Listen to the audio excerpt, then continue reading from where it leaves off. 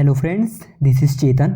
आज के Hindustan times newspaper में एक आर्टिकल आया था जिसे संयुक्त राष्ट्र में भारत की स्थायी प्रतिनिधि रुचिरा कंबोज जी ने लिखा था। इस आर्टिकल में बताया गया है कि किस तरह भारत ने यूनाइटेड नेशंस के पीस कीपिंग मिशनों में एक्टिवली पार्टिसिपेट करके नई शांति रक्षा प्राथमिकताओं को अपना रहा है। भारत ने संयुक्त राष्ट्र शांति स्थापना में 2,60,000 से अधिक सैनिकों का योगदान दिया है, जो किसी भी अन्य देश की तुलना में अधिक है। आज भी लगभग 6,000 भारतीय शांति रक्षक अफ्रीका और एशिया के संघर्षग्रस्त क्षेत्रों में सेवा दे रहे हैं। हमारे शांति रक्षकों की दक्षता और कर्तव्य के प्रति निस्वार्थ समर्पण के कारण उन्हें अधिक महत्व दिया जाता है। किसी भी अन्य राष्ट्रीयता की तुलना में भारतीयों ने शांति अभियानों में सर्वोच्च बलिदान दिया है। पिछले 2 दशकों में शांति अभियानों में बहुत व्यापक बदलाव आया है। वे अधिक हिंसक और जोखिम भरे हो गए। सशस्त्र समूह,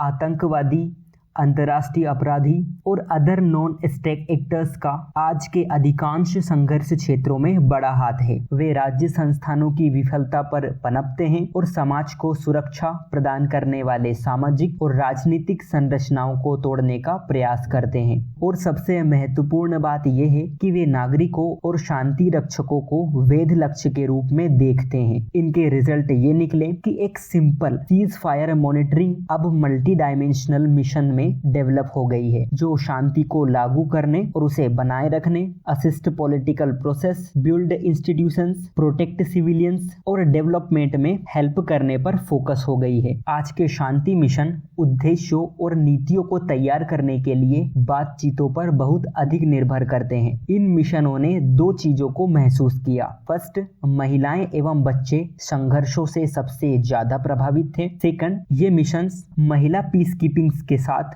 बातचीत करने के लिए अधिक उत्तरदायी साबित हुए। भारत के कंट्रीब्यूशन की बात करें तो एक रिस्पॉन्सिबल स्टेट के रूप में भारत न सिर्फ इन मिशनों में योगदान दे रहा है, बल्कि कंटेम्पररी पीस कीपिंग जरूरतों के अनुरूप अनुकूलन भी कर रहा है।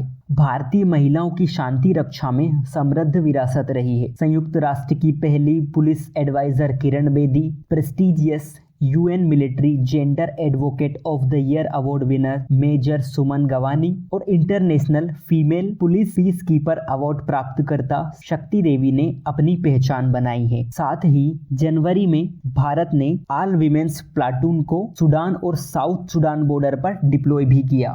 Friends, advance technology contemporary security environment में महत्वपूर्ण भूमिका निभाती है। इसलिए यह जरूरी है कि पीस कीपिंग के पास इसी टेक्नोलॉजी तक पहुंच हो जो शत्रुतापूर्ण इरादों का मुकाबला कर सके। और इसी के संदर्भ में भारत ने अगस्त 2021 में यूनाइट अवेयर को शुरू करने में $1.64 बिलियन का योगदान दिया, ताकि पीस कीपर्स की प्रभावशीलता को बढ़ाई जा सके। इसी के साथ भारत ने संयुक्त राष्ट्र के साथ ज्ञापन समझौते पर भी हस्ताक्षर किए, ताकि डिजिटल उपकरणों का बेहतर यूज किया जा सके। दिसंबर 2022 में भारत ने 2589 रिजोल्यूशन प्रोवाइड किया, ताकि अपराधों को बढ़ावा देने वाले देशों की जवाबदेही तय की जा सके। साथ ही भारत ने पीस कीपर्स की सुरक्षा को हमेशा सर्वोपरि माना। इस टॉपिक से आपकी मेंस और इंटरव्यू में डायरेक्ट क्वेश्चंस पूछा जा सकता है, इसलिए इस पर आपकी तैयारी अच्छी होनी चाहिए। फिर एक न्यूज़ थी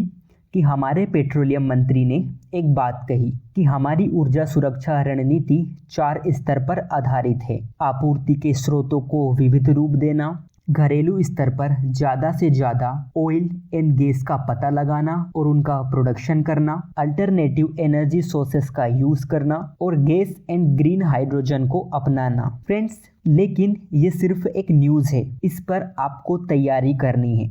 यही मैं आपको एक होमवर्क दे रहा हूँ कि भारत ने इन 4 लेवल्स के लिए कौन कौन से कदम उठाए हैं और वे कहां तक पर्याप्त है। यानी आपको इन 4 क्वेश्चंस के आंसर लिखना है 150 वर्ड्स में।